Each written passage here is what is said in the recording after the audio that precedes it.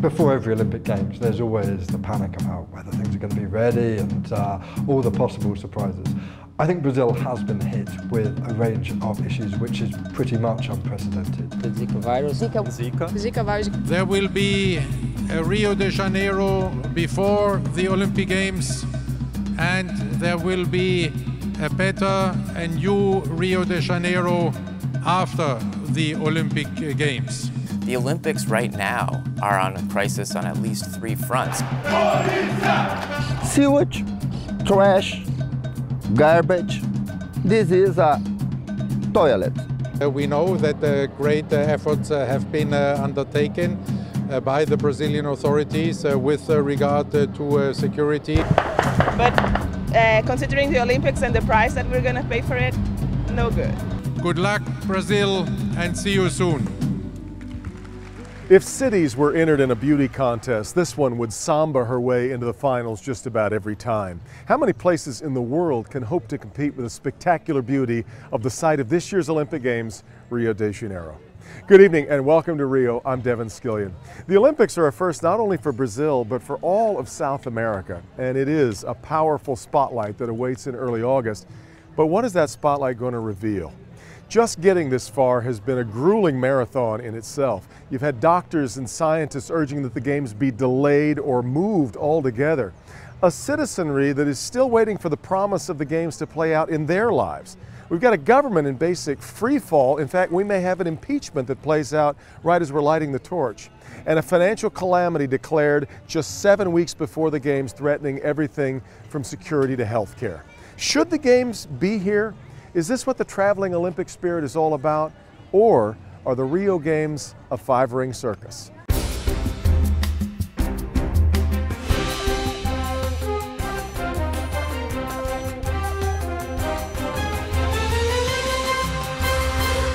The modern Olympic Games come with pre-installed worries for the host city. They just do. In Beijing, it was smog. In Vancouver, it was H1N1 flu. Even London had its issues with surface-to-air missiles positioned on downtown buildings, which troubled many citizens. But Rio, oh Rio, how much can you overlook? If you get past the Zika virus, can you overlook the raw sewage in Guanabara Bay? Yes, to answer your question, that is a condom among the other debris in the water. If you get past that, how about the finding of drug-resistant superbacteria on the city's beaches, likely dumped there in the sewage from a hospital? Of course, the wastewater treatment plants are not prepared for the superbacteria because it's brand new. It's something new. Do you look past the police telling tourists they can't possibly be expected to protect them during the Games? And that's up against the grimy pickpockets who are very excited about your upcoming visit to their city. When it's time to go and steal, you always think these are the people with more money than those in the favela here. Okay, if, and it's a big if, but if we can ignore the gunfire that rang around us 4 times during our visit, then can you get past the fact that police cars in Rio sit idle because they can't afford to put gas in? Can you get past all of that? It's a tall ask. But I'm getting ahead of myself. To ask if the Games should be in Rio de Janeiro is a rather complicated question. And digging for the answer will take us from the grandeur of Christ the Redeemer to the grit of the Rio favelas. From the ritzy beach at Copacabana to the panic-ridden corridors of the capital in Brasilia. From the optimism of the bright new shiny subway stations to the pessimism of the Rio governor who admitted recently that the Games could be a total failure. 7 years ago, the Games were awarded for the first time to a nation from South America. And why not? Gorgeous, vibrant, and churning at the time on a young but robust economy, Brazil looked like the hottest date at the dance. Back in 2009, they had a stable democracy. The economy was flowering. And so, yes, everything they put in the bid made sense. In fact, even for a first-timer, Brazil had already proven its ability to throw a world-class party.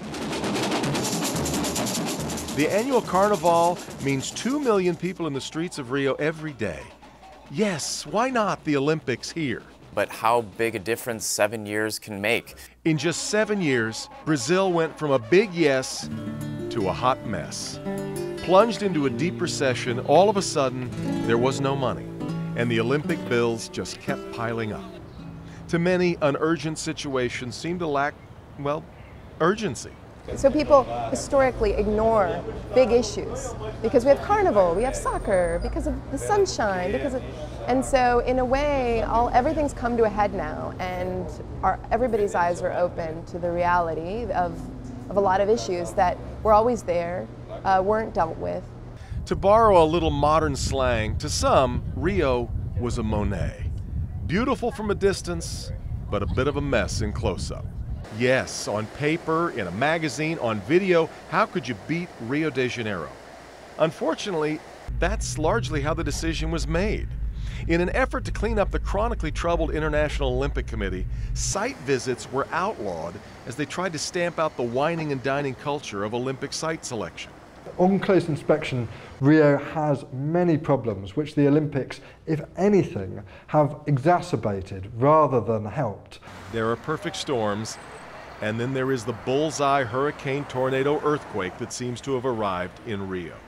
7 weeks before the games were to begin, the governor of Rio declared a financial calamity. That came a few days before body parts washed up on Copacabana Beach, not far from where the beach volleyball competition will be held. And that was shortly after a jaguar had to be shot and killed in a torch run celebration when it got loose from its handler. Shooting the mascot of the Brazilian Olympic team? The metaphor was hard to miss. And behind the chaos, something else seemed missing. It doesn't feel ready. I think there's still a lot of work to be done to generate an Olympic buzz. Yes, where is the buzz? Rio is always vibrant, but the Olympic spirit? Conspicuously absent. Most of the people are not happy about it, being a Brazilian. We had many problems already with the World Cup, and I think having the Olympics coming, it's just like another huge debt for the country. Yeah. In fact, even those who do get to spend Rio's Olympic money have to take pause.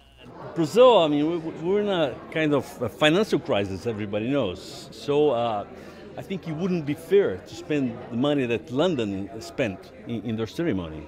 The opening ceremonies have, of course, become a pressure-packed, no-holds-barred explosion of excess and spectacle. Sounds tailor-made for a city that goes full spectacle every year with Carnival, but not this time.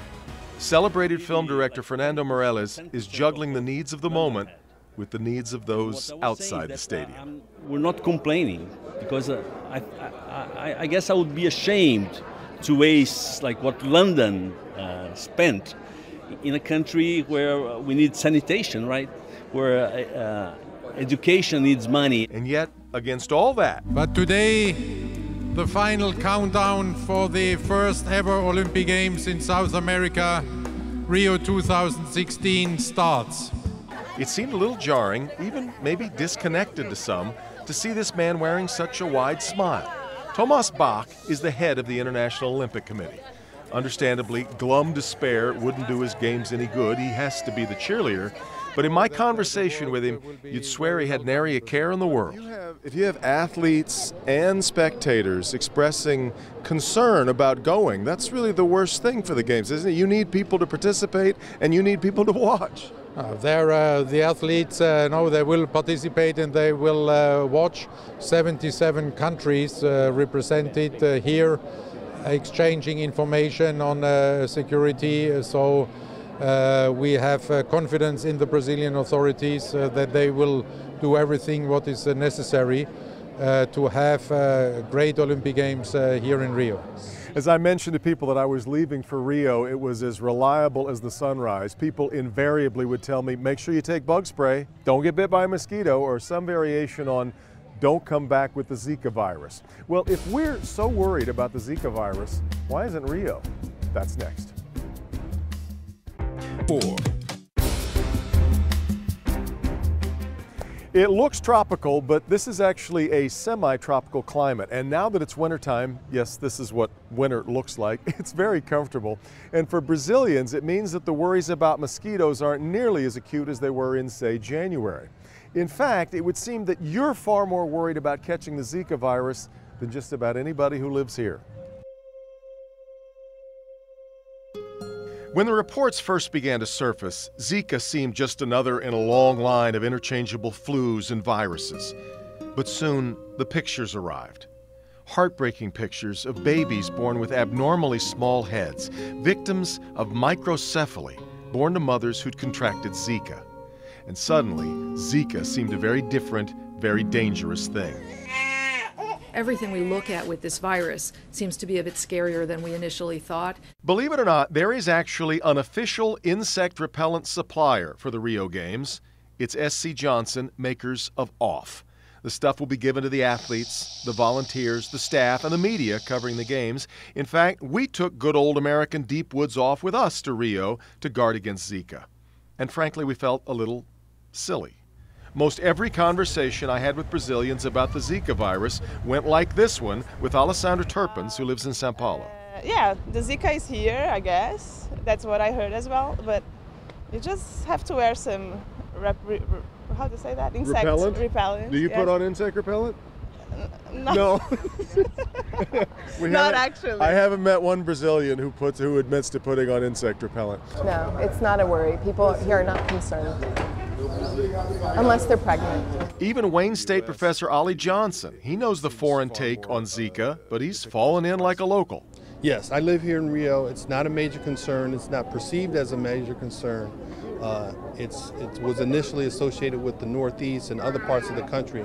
So people do feel safe here, and the authorities have assured us that we don't have that much to worry about. About the only person I met who was concerned about Zika at all was Gilmar Lopez, who lives in the favela of Morro dos Cabritos.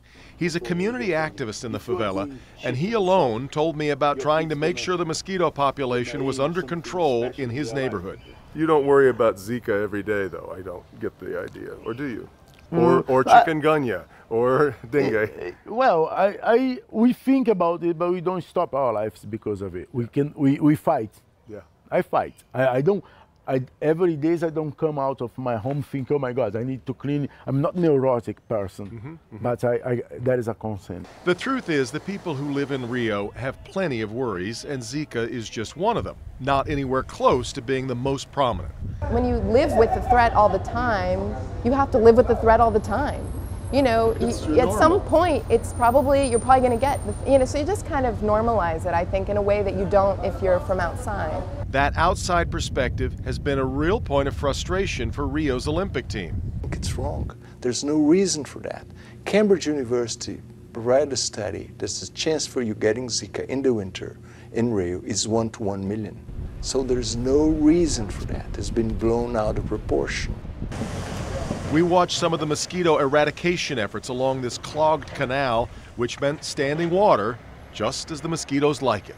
But getting rid of all of the mosquitoes is as tall an order as it sounds, especially in a mosquito paradise like Brazil. And that's why for all of the snakes, crocodiles, and sharks in the world, the most deadly creature remains the mosquito. We've seen some efforts at reducing the mosquito population, but I mean, can you really control mosquitoes in a place like Rio? Yeah, it's really difficult, yeah. Which is the key issue, and one that can be tough to get your mind around when you land in Rio. The seasons are flipped here in the Southern Hemisphere. Yes, the Summer Olympic Games will be played out in the dead of the Brazilian winter. Okay, dead of winter might be pushing it. Winter in Rio means temperatures in the 60s and 70s, but that relative drop in temperature has a big effect on the mosquito population. So we had this group of more than 100 scientists and biologists sign a letter to the WHO recommending that the Olympics be either moved or delayed. Do you agree with that? No, we don't. Nobody's saying there is no risk of people coming here and getting the virus, so there is a risk. But we don't think it's reason to postpone the games. But perhaps the baby pictures are just too much. Zika remains a chief concern of many, and several high-profile figures are sending their regrets. The Today Show's Savannah Guthrie is pregnant. NBC will have to get along without her.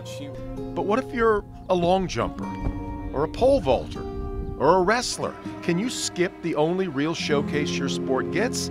or do you just have to risk it? Aphrodite Zaders is a Dutch sailor. For us, it's not a very big risk. Of course, if we get the Zika virus, you can get sick, and meaning having a very bad week.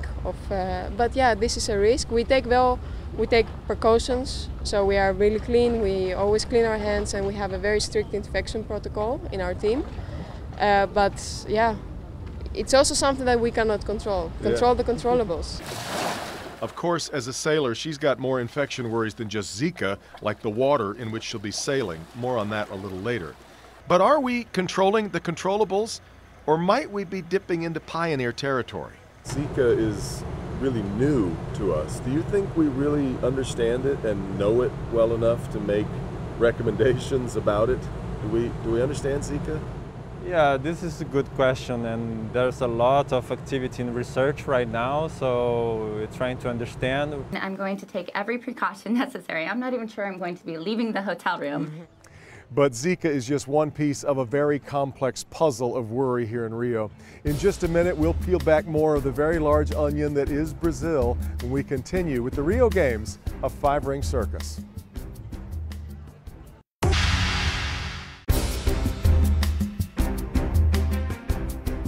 Breathtakingly beautiful, but brutally ugly when it comes to violent crime. Some have wondered if worries over personal safety might keep spectators at home during the Olympics. Of the 50 cities in the world with the highest per capita murder rates, 22 of those cities are in Brazil. But if you ask the average Brazilian about where that violence comes from, they will often point to those who were sworn to stop it, the police. The police have an outrageous, terrible record of violence against black youth in Rio. And Ollie Johnson is a professor of African American studies at Wayne State, but he's been living in Rio while on sabbatical. Criminal violence, drug organizations, and drug trafficking are major problems in Rio and other cities in Brazil. And the community that suffers the most, obviously, are poor communities, communities that live in the favelas and the shanty towns. And the violence and crime is not only criminal organizations fighting each other, but the police coming into the communities and repressing those communities, often in an abusive way. And that just adds another layer of police brutality. Shortly after the games were awarded to Rio, what's known as the pacification program began. A massive push by police into the poor areas of Rio to crack down on crime in the favelas. After some early success, some fear the cure is now worse than the disease.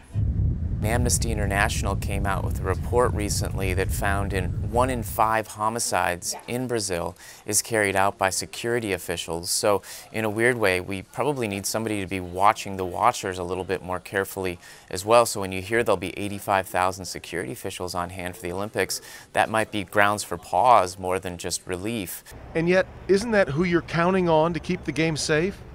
That sign that was waiting for you at the airport, the Welcome to Hell sign, that was hoisted by policemen and firefighters who were saying if they don't get paid, they can't really help you. Their helicopters have been grounded, half the police cars are idled, and their paychecks are being delayed. The Rio police had even famously had to ask for donations of toilet paper.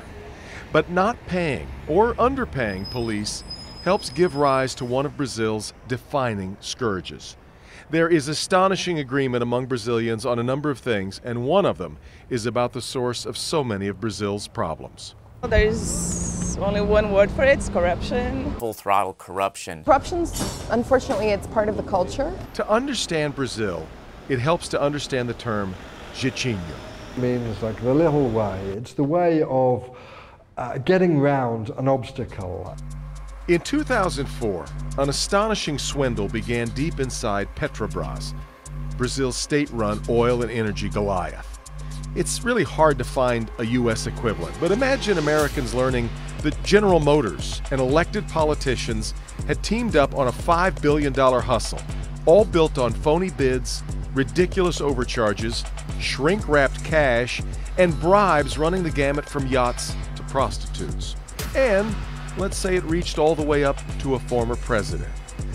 Dozens of politicians and executives have been arrested in the last 2 years through an investigation known as Operation Car Wash. Because yes, some of the money was actually laundered through a car wash. This investigation has revealed a vast scheme of kickbacks involving at least 50 serving politicians, as well as many of Brazil's top business leaders. For Brazilians, it has laid bare the truth that they've all known too well. The greased palm, the kickback, the high-level jeitinho has been running the country into the ground. This is the latest case, and it's the deepest case. And so that, in that way, it's positive because all, the corruption is being brought to light. Now, unfortunately, the corruption being brought to light is what set off the impeachment scandal, because there are attempts by certain groups to stop these proceedings. So yeah, it's a big long-term process. Yes, let's not forget the impeachment hearings, which actually don't involve Petrobras, at least not directly. President Dilma Rousseff is accused of hiding the depths of Brazil's financial crisis, and now she's on the sidelines while the Brazilian Senate arranges impeachment proceedings. And in Brazil, taking it to the streets is practically a national pastime. The last year in Brazil more generally, there have been more people that have hit the streets in protest than in the rest of the world combined. And in fact, protests are already scheduled for the day of the opening ceremonies. One of the reasons why tourists can suddenly find themselves in a tight spot is the proximity of those tight spots to the prime real estate of Rio. So what's the real gap between the first and third worlds in Rio? Well, jarringly, it's all of about 200 yards. On this side, these beautiful luxury condos. They're gorgeous and they stretch all the way down to the ocean. But on this side of the footbridge, you have Hacienda, said to be the most densely populated favela in all of Latin America. Yes, it's outrageous. It's one of the paradoxes, one of the contradictions of life in Rio, that you can have some of the most expensive real estate in the world 100 feet from some of the poorest communities in the country. But unfortunately, that's an ongoing reality and ongoing. Our safety never seemed in doubt while we walked the beaches of Copacabana or Ipanema, nor did it feel tested in the Olympic Park, though to be fair, it wasn't exactly hopping with people yet, mostly workers and journalists. No, the moments when we came up against the menacing side of Rio were when we wandered into neighborhoods, which, as you've seen, can bump up right against a favela. And it also happened at a research university as we were scouting a spot for an interview. And once we had pulled over to shoot video of a heavily polluted swamp, complete with vultures hanging around. Now, I want to be clear, I am not sure that we were ever in imminent danger. No one seemed to be shooting at us. But as I often point out, most of the people firing weapons in urban violence aren't generally spending a lot of time at the shooting range. And when our security man Fernando said it was time to go, we listened. But many of the crime issues for travelers to Rio don't involve a weapon at all, unless you count the lithe fingers of Rio's petty thieves. Amateur video shows a very busy and aggressive army of rogue street bandits. Does any of this mean you'd be foolish to attend the Rio Games? Absolutely not. Rio hosts an enormous load of tourists every year, many of whom return again and again. And those 22 Brazilian cities with the highest murder rates don't actually include Rio, where the per capita murder rate is high, but not as high as in St. Louis, Missouri, or Gary, Indiana, or Detroit, Michigan. But what about worries about terrorism? An overwhelmingly Catholic city with its enormous Christ the Redeemer watching over Rio, might the Games be a target for ISIS or its lone wolf disciples? That's a question I hope to ask the chief of security for the Rio Games, but without explanation, our interview was canceled just before it was to happen. The explanation came several hours later when the governor of the state of Rio declared a financial calamity and warned that without an infusion of cash from the federal government, Rio could be facing a total collapse in public security, health, education, transport, and environmental management, all of which I would note were already in precarious shape. Cities that host the Olympics make a lot of promises to try and attract the Games, but how far can those promises really reach? This really was our opportunity for the kinds of investments people need. and they weren't made. Can they make it into the far reaches of Rio's famous favelas? That's next as we continue from Brazil. On the move, you wake up to Local 4 News today. The 1976 Winter Olympic Games were awarded to Denver, Colorado. Yes, remember the Denver Olympics? No, you don't, because the people of Colorado voted down the bills that would have paid for the big build-out, and instead the Games went to Innsbruck, Austria, which had hosted the Games 12 years before. Yes, some actually turned the Games down, but for many, it's just too much to resist. The Olympic Games. For the host city, what's not to love? Hundreds of thousands of tourists, televised coverage that amounts to a 2-week commercial for your city seen all over the world, and the world's premier sporting event that comes loaded with the promise of infrastructure improvements and additions that will stand long after the Games are over. Right? Isn't that how it works? Yeah, that's the idea. I mean, that's what they market. Teresa Williamson runs the influential website Rio on Watch, which focuses on life in Rio's favelas. There was tons of hope. It was palpable. And now there's almost the opposite, a sense of frustration and the sense of the city having lost this opportunity to invest in things that really mattered.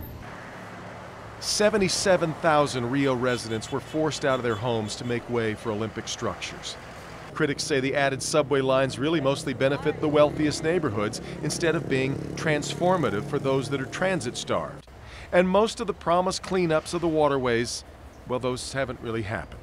And there's a long list of promises that were ignored or that they actually now they say they weren't promises, but they were in the beginning. But where was the promise for those living on Rio's sprawling fringes? The favelas, where almost a quarter of the Rio population lives. To find out meant going against the advice of many, and we had already been more than close enough to the gunfire that can burst into or out of the favelas. But it is such the Rio story. It is part of the story that is widely misunderstood. The very word itself has become synonymous with slum, and that's not really accurate. There is a debate as to whether you can use the word slum or whether you can use the word favela.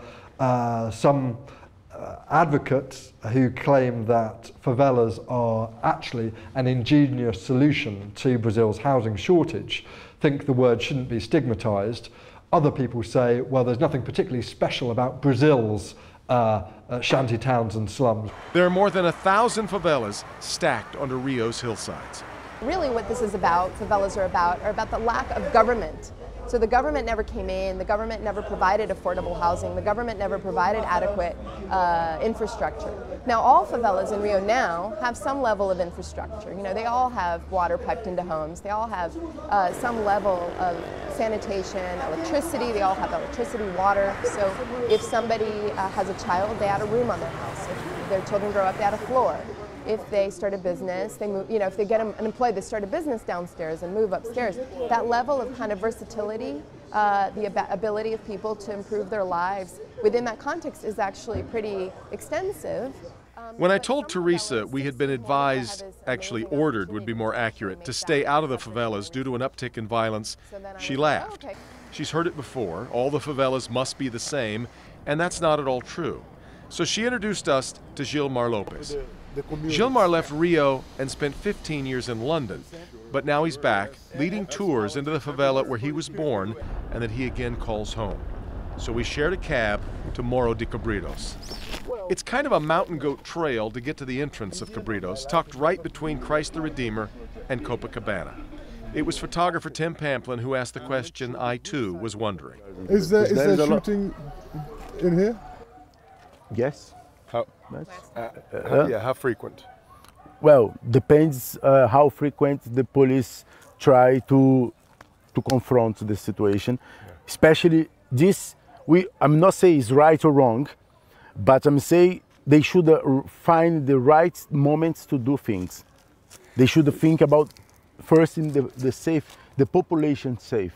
When the police come to shooting at 8 o'clock in the morning or 4 o'clock in the afternoon, is terrible because there's a lot of people coming in and out, and there's a lot of kids going to the school and out. you know? So they need to plan it. We took Gilmar's tour, agreeing to stop recording anytime he gave us the sign, as carrying a TV camera into a favela can be seen as a provocative act with tensions as they are. It led me to ask Gilmar if he has more to fear from the favela criminals or the police. And he said it's basically a wash. The only thing can bring trouble is when there is a confrontation and I'm passing in the middle. But if it's the police, I pass for them, there is no problem. If it's a criminal, I pass for them, there is no problem. But you see them as the same, basically, then, as the same threat in your life. Yeah, it's no much better. It's not much better now. Those are your choices. It was a fascinating walk through the complicated aneurysm of paths and stairways. You heard Bruce Douglas say a favela is either a slum or an ingenious piece of problem solving. Cabritos felt very much the latter. Not much unused space, people and homes packed into nooks and crannies and some crazy verticals, avocados overhead and homegrown medicine underfoot. You see medicine, this is herbs, called cow's foot. Cow's foot? Yeah, it's good for your belly. This is what favela is, no? Yeah. It's a normal place, it's a village. We squeezed past rooms where we could hear and see Formula One racing on satellite TV, past a store and a restaurant, a church, a community center. In fact, on this day, vision tests were being offered along with discount eyeglasses. A half dozen times or so, Gilmar gave us the sign to lower the camera as we passed those who might not crave publicity.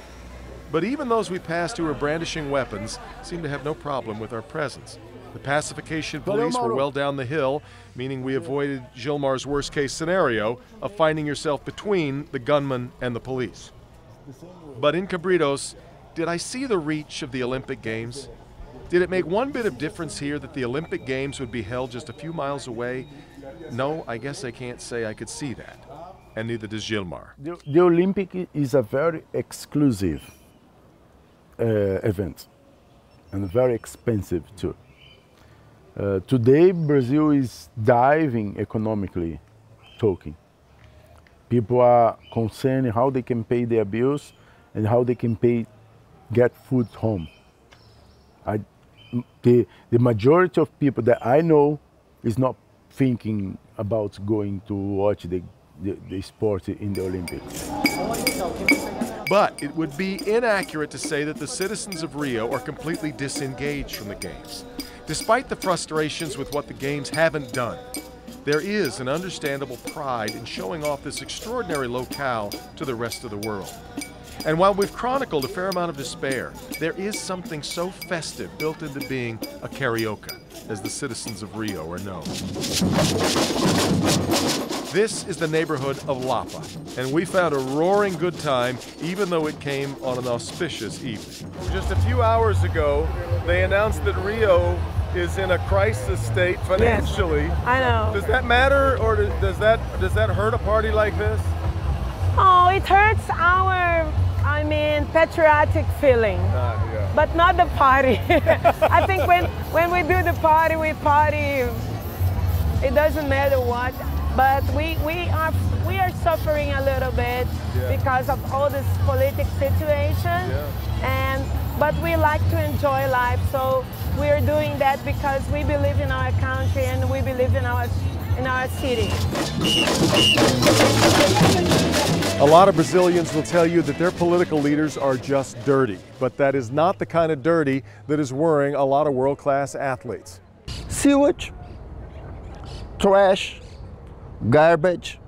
This is a toilet. When we return, what is in the bay? More from Rio in just a moment. The Toyota.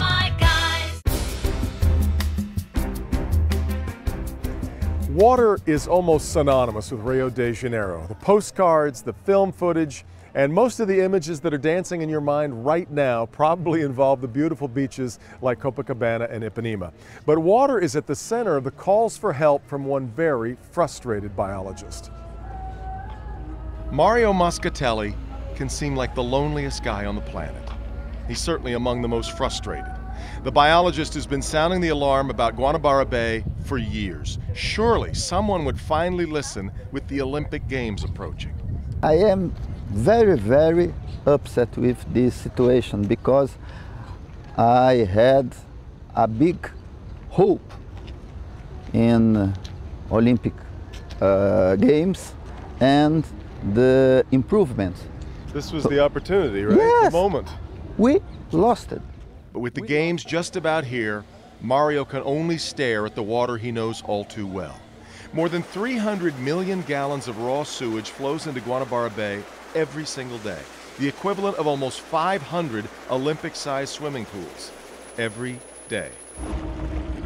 The Rio Olympic Committee promised the IOC they'd get 80% of the water pollution cleaned up. It hasn't happened, not even close.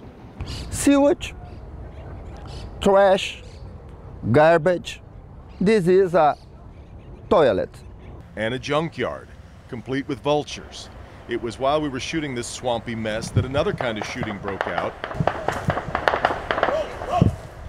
which seemed to complete the dystopic picture as we hustled away. I'm looking at the exact spot where the sewage flows into the bay. It is, well, nasty. And yet Mario tells me it's actually better today. That doesn't seem to speak well for whatever he's comparing it to. But like any big body of water, the conditions change constantly. And Mario says when it's time for the events to be held, they'll need everything to break just right. If the tide is low, if it's raining, and if the winds come from the outside of the bay, not even Jesus can do anything about it. Mario figures there's 100 years worth of sewage at the bottom of the bay. He says he was sure the Olympics would finally be the catalyst these waters have so desperately needed, but he was wrong. The Rio metropolis in the 21st century is living a reality that from the 18th century, which is basically using the its waters as a toilet to receive its sewage.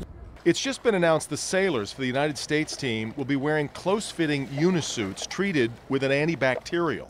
But can that possibly be enough? Some health experts say swallowing 3 teaspoons of this water would mean a 99% chance of an infection. 3 teaspoons? That's laughable to a competitive sailor. Bruno Bethlehem is a competitive sailor, a member of the Brazilian team. He's heard all of the panic, but he doesn't believe it's warranted. For me, I'm sailing here for 30 years and I have never had any problem with healthy caused by the quality of the water in the Guanabara Bay, so I think it will not be a problem for the guys. Some have suggested longer exposure to the water might help build up an immunity to it, and many teams have been training in it for several years. We met Aphrodite Zeters of the Netherlands earlier. She's not all that worried. I think there are two sides in the story. The one side is they're speaking about the quality of the water, but to be honest, when I'm inside, I don't really feel or see a lot. I mean, there are some days, especially if it's raining, that there is more rubbish on the water. Sailing and technically wise, it's a perfect bay because you have different kind of conditions and you have a lot of factors that play as a current and the wind and the mountain, so it's actually very nice to sail. And yeah, it's unfortunate if it is not very clean sometimes, but it's something that we as sailors cannot control. But in the pre-Olympic competitions, there have been a number of illnesses reported: fevers, vomiting, diarrhea. And Eric Heil of the German sailing team ended up the unwitting poster boy for the whole mess, hospitalized with an ugly leg infection. It hit the internet, which meant it had the rare distinction of being both bacterial and viral. There are other things in the water. In one of those pre-Olympic events, a boat capsized, sending the crew into the water after hitting something. The captain said he thinks it was a sofa. But discarded furniture is actually one of the least frightening things you might find. Depending on weather conditions, again, you can find fridges, you can find people, you can find rest of people, you can find animals, rest of animals, and a lot of domestic garbage. Wait, go back. Bodies? And body parts? From where? Most of the rivers that flow to Guanabara Bay, they pass by favelas. And in favelas, you have local law, you don't have security, they have their own law. And sometimes when people are killed there, the bodies are thrown. And the problems don't stop with the infamous bay. They also extend to some of the famous beaches that are Rio's signature destinations. A year of testing has turned up evidence of drug-resistant superbacteria in the water. These are microbes usually only found in hospitals, and it's assumed that's exactly where they came from. We believe that through hospital sewage, it goes to the municipal sewage, and it gets to the Guanabara Bay or through other rivers, and it finally gets to the beach. There is an irony at work here. Brazilians are obsessed with personal hygiene. You walk through a big crowd, and you smell a lot of soap and shampoo and cologne. And they may shower 3 or 4 times a day, but too often, the water from those showers is part of what runs right into the bay. The embarrassment's pretty huge. Everybody here is now talking about it. You know, historically, they don't do a lot about sanitation because it doesn't yield votes. Which has long been the belief of Mario Moscatelli. In fact, he doesn't buy the financial crisis as an excuse. Like so many others in Brazil, he watches the money fly around in all the wrong places. We spent in last 20 years $2 billion in recovery projects. And the result, what you have. Impunity, impunity, impunity. That's frustrating. Yes. Imagine. I'm telling you. Imagine. Mario's marathon doesn't end with the games. He'll keep fighting, but he does know a window has closed. Yes, upset, tired, and so I am very, very upset with this whole situation. The games have been a lot to ask of Rio, but are they too much to ask of any city in this day and age? The existential questions for the modern Olympiad next from Rio.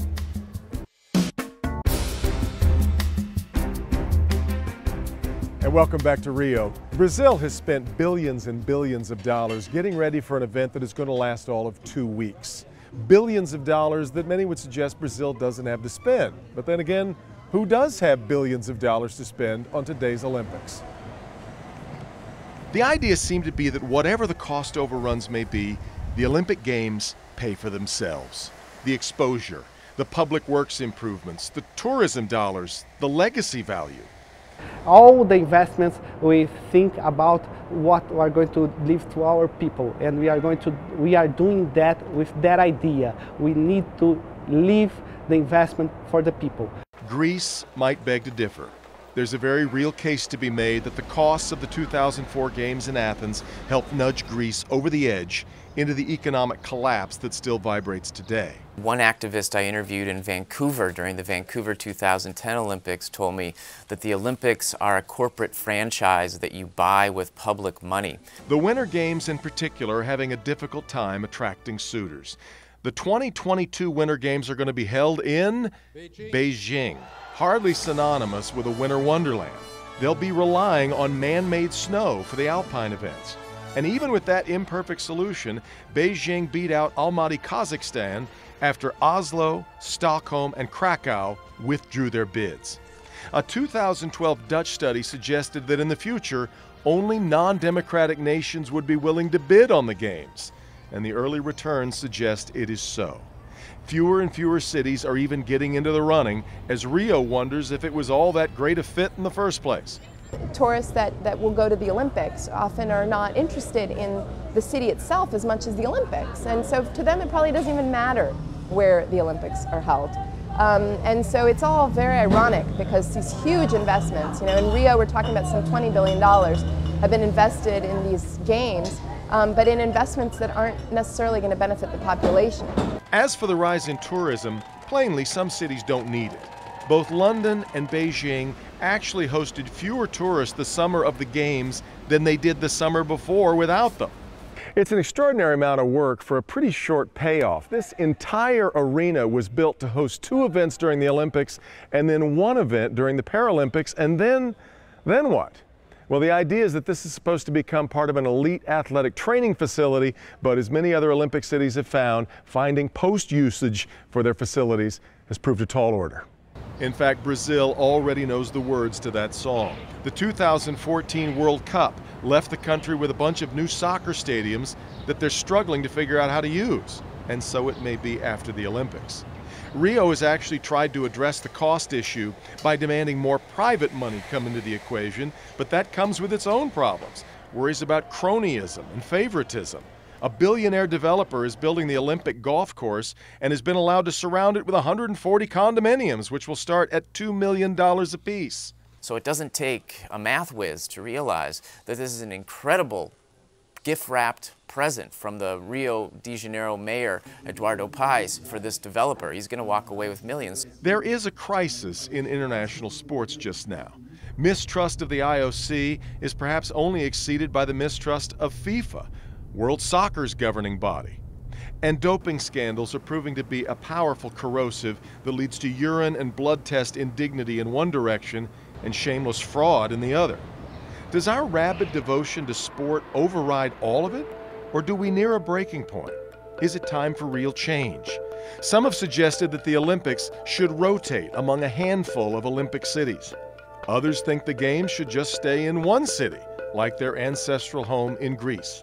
There's not a lot of evidence that the people of Athens are that keen on it. So when you hear people saying, oh, we should just put the Summer Olympics in Athens permanently, I would pause there. I'm not in favor of that. But come rain or shine, or dirty water, or the rogue mosquito, or even an impeachment, the Rio Games will go on, with inarguably one of the most stunning backdrops it's ever had. All of the hand-wringing over what Rio is and is not will strike some around the world as elitism, the surest sign that the Games aren't really for everyone, only for nations that are willing to fit into a box, one that's always been too stuffy for Rio. The Olympics are, almost by definition, this very orderly 2 weeks, and yet what attracts a lot of people to Rio is its messiness. It's not orderly. Exactly. Now, Rio is a really good example of that because it's a city that's famous for its popular culture, its informality, people, being out in the streets and kind of just this flexible nature of the city, and that's the opposite of what the Olympics needs to provide for there to be a sense of safety and schedule and for the proper carrying out of the games. And in the end, that very human instinct kicks in for hope, that somehow it all works out. From the art gallery near a favela. The cultural interchange will be very important for the city. He's very excited to hear that. In his opinion, it's the main legacy that the city is going to have. Even to Gilmar, in the favela of Cabritos. Overall, I think the visibility that the Olympics can give to Rio de Janeiro can benefit as well us. To the vendors on the beach hoping for a surge in sales of their delicious frozen acai. To people like Felipe Silva, who looks like an Olympian himself. We have this beach, a lot of people smiling. The Brazilian way is good. Everywhere we'll see the best part of Rio. You don't look worried. No, I'm not worried. I live here. I'm happy here. So the circus will pack up its tent and its acrobats and its clowns and move on. And 4 years from now, Tokyo will wrestle with its own 5 rings, its own challenges, and its own questions about whether it's all worth it. Is it worth it for Rio? Well, we won't know. We can't know for some time. But here, they'll continue to rely on a well-worn Brazilian phrase. Amanhã será outro dia. Tomorrow is another day. Thanks so much for being with us tonight. With photographer Tim Pamplin and producer Ro Coppola, I'm Devin Skillion. A very good night from Rio.